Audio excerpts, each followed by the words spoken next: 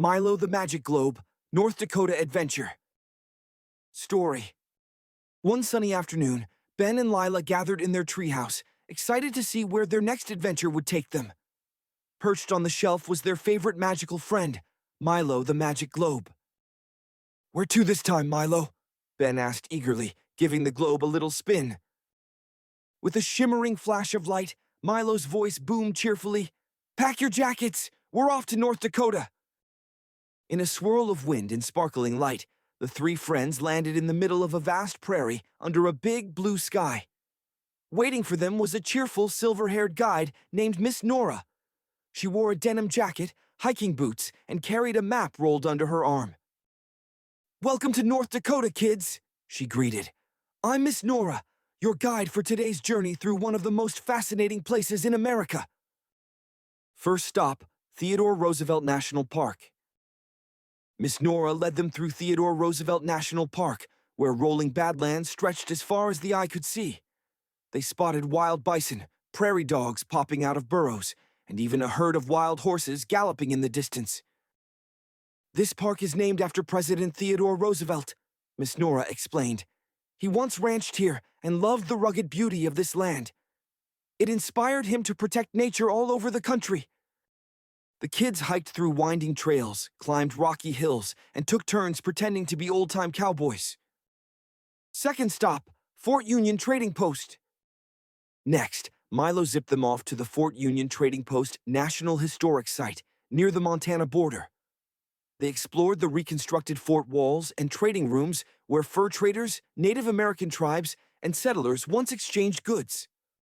Long before North Dakota became a state, Miss Nora shared, this was one of the most important trade centers in the West. People traded buffalo hides, beads, tools, and stories.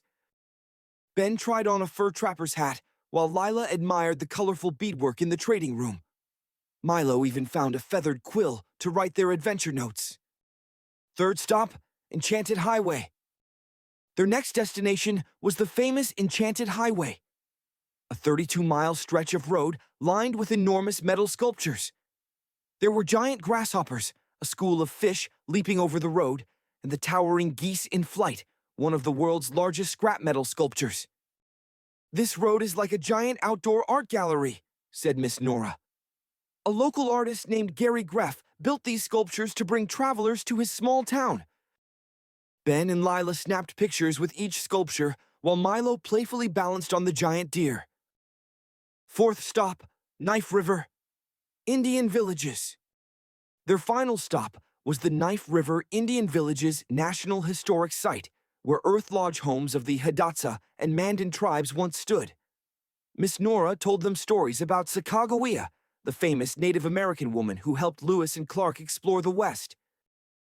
Inside a reconstructed Earth Lodge, the friends saw how families once cooked, slept, and gathered.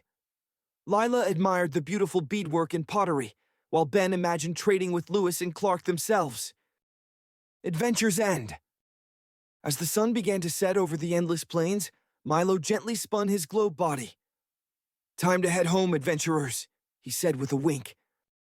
Miss Nora waved goodbye.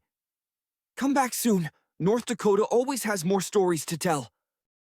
In a swirl of light, they found themselves back in their treehouse, their pockets full of postcards, feathers, and adventure notes. "North Dakota is incredible," Lila said, grinning. "Let's see where Milo takes us next," Ben added. And with that, the globe on the shelf shimmered once more,